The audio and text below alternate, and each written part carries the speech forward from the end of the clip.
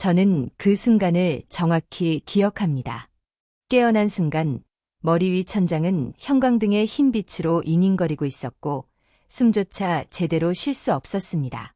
가슴은 짓눌린 듯 아팠고 척추는 욱신거렸으며 옆에서 경고음이 울리고 있어 내가 아직 살아있음을 알려주고 있었습니다. 간신히 입술을 떼며 물었습니다. 누가 나 찾으러 왔나요? 간호사는 잠시 멈췄지만 말하지 않았습니다. 말할 필요도 없었습니다. 그녀의 침묵은 어떤 비명보다도 더 크게 느껴졌습니다. 나는 3일 동안 혼수 상태에 있었던 것입니다. 이 세상과 저 너머 사이에 매달린 채, 그리고 아무도 오지 않았습니다. 아버지도, 어머니도, 물론 오만하게 자랑만 하던 형 준호도 말입니다. 하지만 나타난 사람이 있었습니다. 바로 내 이웃, 김명자 씨였습니다. 74세, 무릎이 좋지 않으신 분이지만 눈보라 속에서 차가 도로를 벗어나자 날 찾아주셨습니다. 도움을 요청하셨고 구급차에도 함께 타셨으며 내가 의식을 잃은 동안 내 곁을 지켜주셨습니다. 나 혼자가 아님을 확인시켜 주신 거죠. 반면 내 부모는 내가 아직 숨쉬고 있는지조차 확인하려고 전화조차 하지 않았습니다. 하지만 이 일은 여기서 시작된 것이 아니었습니다. 자라면서 나는 항상 비용, 둘째, 실수로 여겨졌습니다. 준호는 상징이었고 나는 영수증이었죠. 나의 작은 성공, 졸업, 작은 디자인 스튜디오 개업, 독립생활 모든 것은 겨우 한 번의 인정만 받았을 뿐입니다. 반면 준호는 학교를 중퇴하고 빚을 쌓고 차를 망가뜨리면서도 늘 구제받았죠. 나는 흡입기 리필이 필요하다고 꾸중을 들었습니다.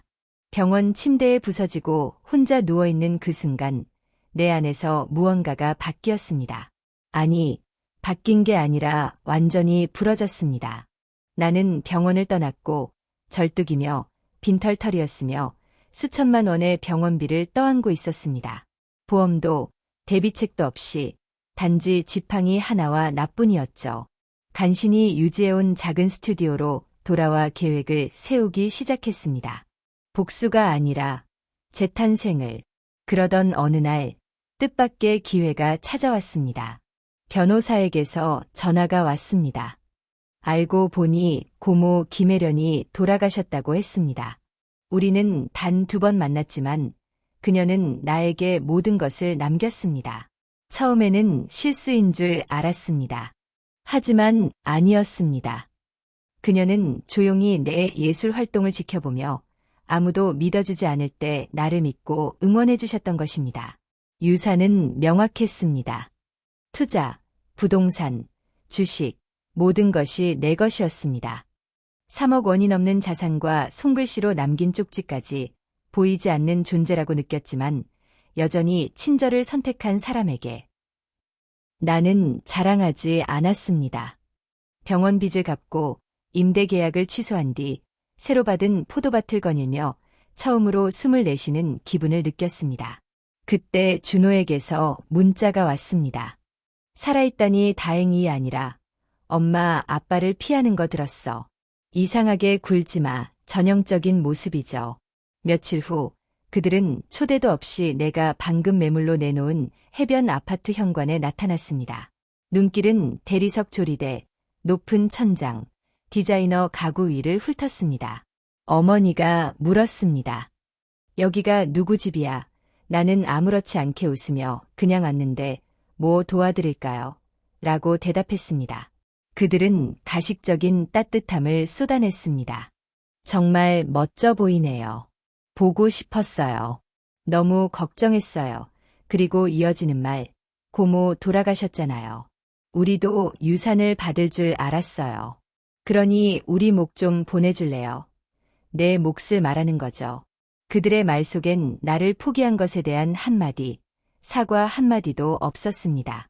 나는 두 사람을 똑바로 바라보며 말했습니다. 내가 살아있는지 확인조차 안 하셨잖아요. 메시지 한 통 보내지도 않으셨죠. 그런데 이제 돈이 생기니 나를 기억하시네요. 아버지는 눈 하나 깜짝하지 않았습니다. 넌 우리에게 빚이 있어. 우리가 키웠으니까 나는 고모 혜련이 남긴 유산 서류를 내밀었습니다. 모든 것이 나에게 남겨졌습니다. 그리고 덧붙였습니다. 이 돈으로 제가 한때 웃음거리로 만들던 아트 콜렉티브를 도심에 열었어요. 그리고 당신이 아끼던 갤러리 매니저 가연 씨도 해고했습니다. 그녀 역시 나를 믿지 않았으니까요. 그들은 화가 난 채 떠났지만 아버지가 마지막으로 소리쳤습니다. 준호가 집을 상속받으면 후회할 거야. 나는 웃었습니다. 그 집은 이미 내 것이었습니다.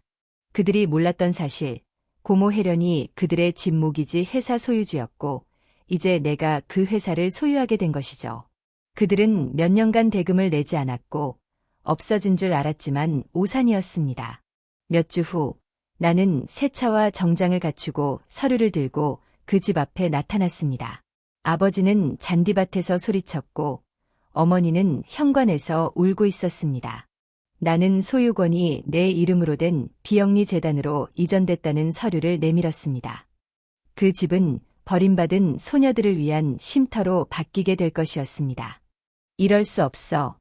아버지가 외쳤습니다. 나는 차분히 대답했습니다. 이미 했습니다. 그들은 간절히 내가 자신들의 딸임을 떠올렸습니다. 나는 한 걸음 다가갔습니다.